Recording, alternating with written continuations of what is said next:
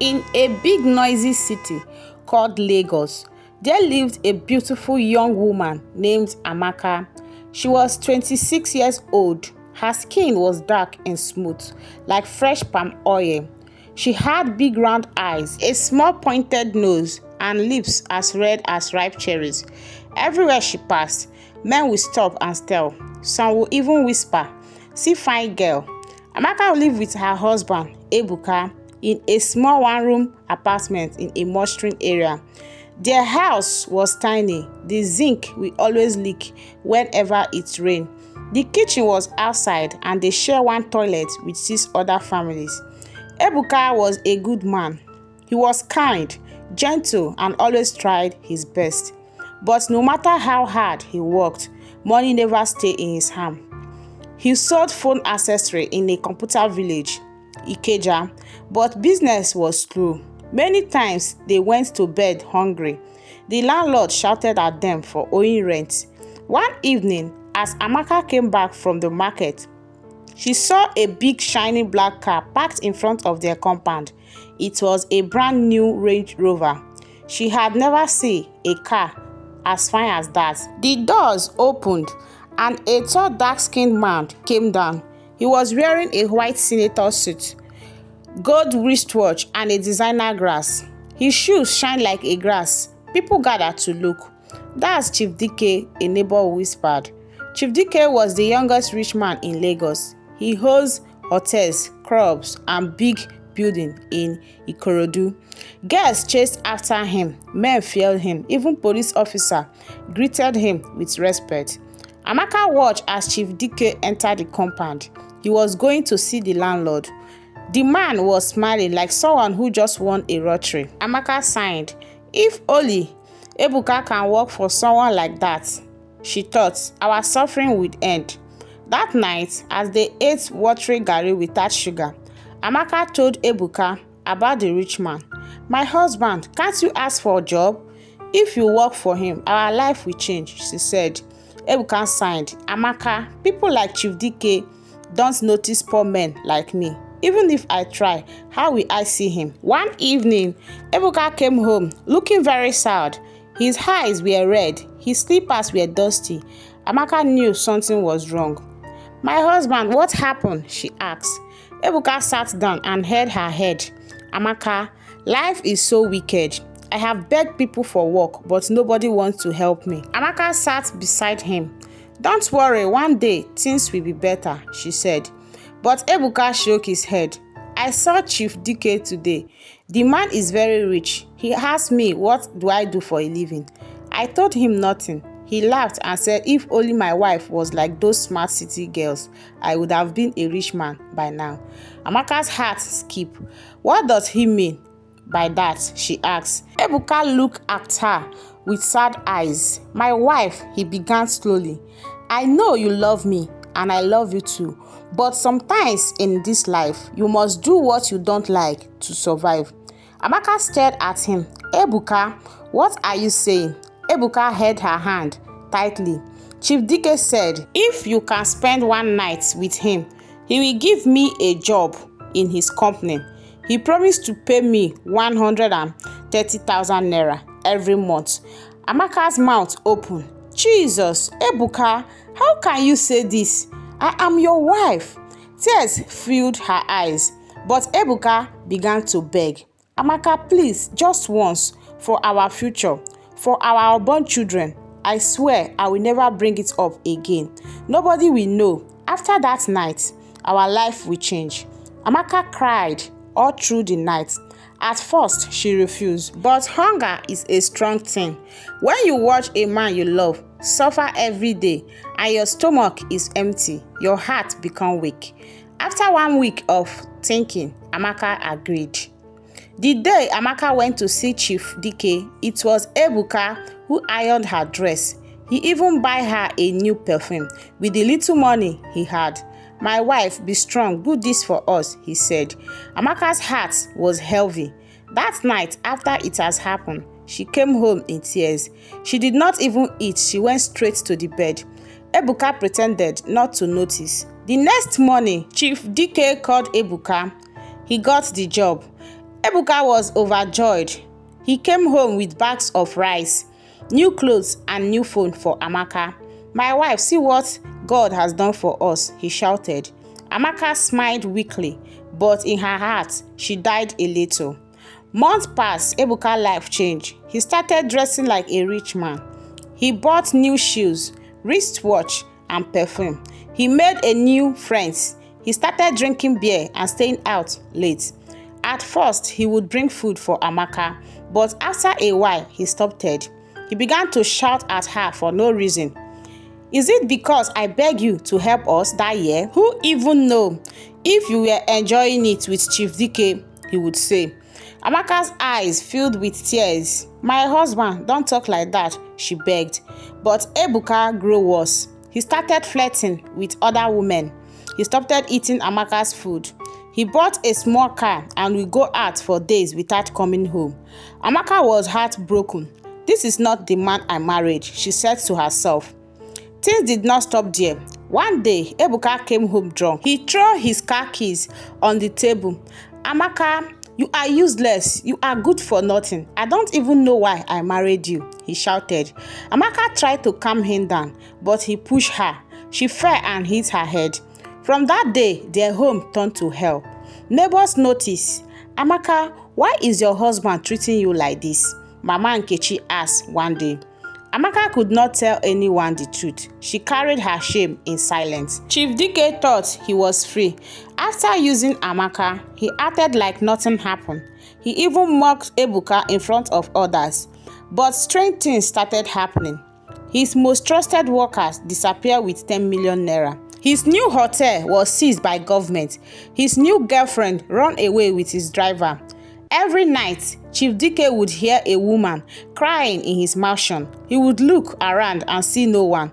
When he looked into the mirror, sometimes he would saw Amaka's face instead of his. He ran to a pastor, herbalist, and prophet. They all told him the same thing. "You offended a woman whose tears have entered the earth. Until you make it right, peace will never stay with you." But Chief Dike laughed. "Who is Amaka? A small poor girl?" he said. After many months of suffering in silence, things get worse for Amaka. Ebuka no longer talked to her. He had a new girlfriend called Sandra, a light-skinned lady with a long artificial eyelash and a sharp tongue. She came to their house one day and insulted Amaka. "You, this village teen, why are you still here? Pack your things and go," Sandra shouted. Amaka cried and begged Ebuka, "My husband, what did I do to deserve this?" But Ebuka pushed her hand off. "Get out of my house, you prostitute," he shouted. "You think I don't know you enjoyed it with Chief Dike? You slept with my boss and you expect me to still keep you as my wife? You are a disgrace." He threw her clothes out of the house. Neighbors gathered. "Ha, is this not the same woman who suffered with you?" one of the women said. "Men are wicked," another whispered, but nobody helped her. Amaka packed her small bag and left the house in tears. She walked down the busy city road, cars honking, people passing, but nobody cared. She sat on a stone behind the road and cried bitterly. That same evening, Chief Dike was driving home alone. He had no driver anymore. All his workers had left. His house was empty, and the strange cries at night never stopped. As he drove past the bus stop, his eyes caught a familiar face. It was Amaka. Her face was swollen, her eyes red, her dress dirty. Chief Dike stepped out of the car immediately. "Amaka," he called. She looked up. For a moment, both of them stared at each other. Memories filled with mind. Without thinking, Chief Dike opened the car door. "Come inside," he said softly. At first, Amaka hesitated, but where would she go? She had no family in the city. Slowly, she entered the car. "Where are you going?" Chief Dike asked. "Nowhere," she replied. Tears filled her eyes again. He started the car and drove off. As they drove, Chief Dike asked everything. "How did you end up on the street? Where is that husband of yours?" Amaka cried and told him everything. how Ebuka threw her out of the house and called her prostitute and replaced her with another woman. Chief Dike's heart broken. I am sorry, Amaka. I was wicked to you. I made you suffer because of my greed. If I could turn back hands of time, I would have. Amaka did not speak. They drove in silence. Chief Dike took her to his mansion. Even though it was half empty, it was still better than sleeping outside. From now on, you will stay here. I will make things right, he promised. Weeks passed, Amaka started to heal. Chief Dike bought her new clothes. He took her to hospital for checkup. He gave her a job, managing one of his shops. Slowly, laughter returned to Amaka's face. The whole city began to notice. People gossip. Is that not Chief Dike's new woman? They asked. But Chief Dike did not care. He started falling for her. She was kind, humble, and beautiful. The more they spent time together, the more his heart softened. Meanwhile, Ebuka's life began to fall apart. Sandra, the new woman Ebuka married, was a nightmare. She would steal his money. She would poison his mind. She chased away his old friend. Soon, Ebuka lost his job at Chief Dike's company. He started drinking. The car he bought was seized. The landlord threw him out. People began to laugh at him. See what greed has done to you, they said. One evening, he saw Amaka passing by in a big car, drove by Chief Dike. She looked very beautiful, dressed in a flowing gown, her skin glowing. Ebuka's heart broken, but shame held him back. Chief Dike began to treat Amara like a queen. Every morning, he would check on her, ask her how she slept, and make sure she had breakfast before leaving for his business meeting. He no longer chased after other women. The strange cries that haunted his house disappeared. Peace returned to his mansion. Amaka's heart, which was once broken and scattered like pieces of glasses, started to heal. One evening, as they sat outside by the garden, Chief Dike held her hand. Amaka, I want to make you my wife. Amaka's eyes widened. She was shocked. Me?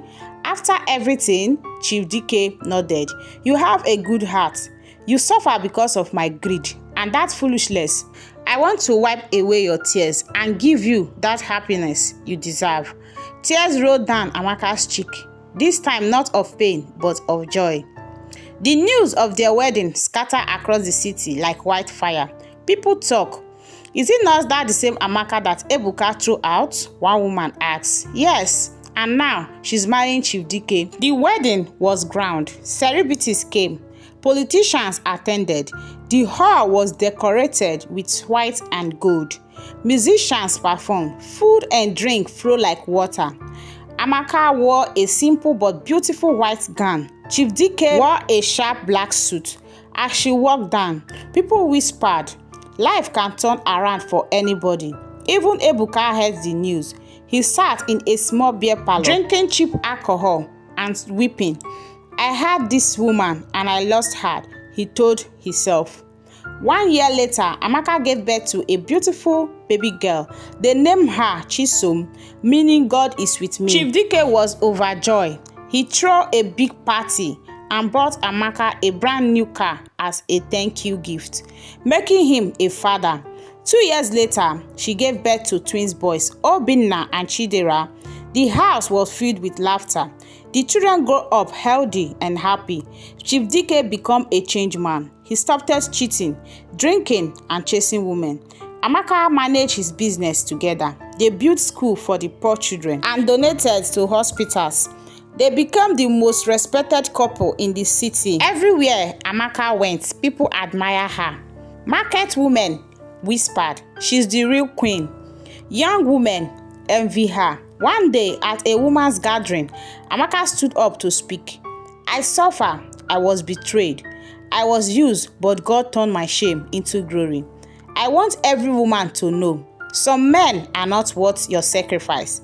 Never let any man use you like a rag and dump you. You deserve respect. You deserve peace. You deserve happiness. Women clapped. Many cried. Even some men bowed their head in shame. Meanwhile, Ebuka's life turned to dust. Sandra left him for a richer man. His drinking was worsening. He started sleeping under the bridge. One rainy evening, Ebuka saw Amara's car pass by. She did not even see him. He cried bitterly. Remember how he once forced her to sleep with another man for his selfish gain, and then threw her away like dust. He knew it was too late. As years passed, Amaka's name spread like wildfire across the city. People now call her Queen Mother, mother of all. She supported poor women, helped widows, and rescued girls from bad marriage. She opened a big foundation called Amaka's Hope Home, a place where young girls who were abandoned could live, learn a skill, and start a new life. The TV station interviewed her. Magazine put her on the cover. Even government officials started calling her for advice. Chief Dike was proud of her. Everywhere he went, people will say, "You married a golden woman." The children grow strong. Chisom, Obinna, and Chidera grow up fast. Chisom was very brilliant. She wanted to be a lawyer to fight for women's rights. Obinna loved business. At just 18, he was already managing one of his father's shops. Chidera was a playful one, always cracking jokes and making people to laugh. The family was strong and united. One day, Chief Dike gathered them and said, "I want you people to learn from your mother's story. Never use anybody. Never take anyone's kindness for granted." The children nodded. They heard the story many times. How Ebuka, their mother's ex-husband, ruined her life, but God lifted her up. Ebuka, now a shadow of himself, begged on the streets. Nobody respected him. Even the small boy in the neighborhood mocked him. "Oga Ebuka, you too for my hand." He would sleep under the bridge and woke up smelling like gutter. One evening, he saw a poster of Amaka on a street lamp pole. It read, "Come listen to the inspirating story of Queen Mother Amaka. From shame to glory." His heart broken. Tears flowed down from his eyes. He wished he could turn back hands of time. That Sunday, Amaka was invited to speak at a big church in town. People filled the hall. Rich, poor, young, old, all came to hear her word. Amaka wore a simple gown and stood on stage. "My name is Amaka," she began. "I once made a sacrifice for a man who did not deserve me. I slept with his boss just to help him, but he betrayed me. I was thrown out like trash, but God did not leave me there. He lifted me. Today, I stand before you not as a victim, but as a queen." The whole church clapped. Some cried. Ebuka stood by the window outside watching. His clothes were torn. His hair were rough. He fell to his knees and wept. "I destroyed my own blessing," he whispered. After the event, Amaka returned home to Chief Dike and her children. They had dinner together. There was laughter, love, peace in the house. Chief Dike held her hand. "I will spend my last breath thanking God for giving you to me." Amaka smiled. "Thank you for wiping my tears." They had built a life stronger than money, stronger than gossips, and stronger than pain. Thank you for watching. Please don't forget to subscribe and comment. It means a lot to me. Thanks.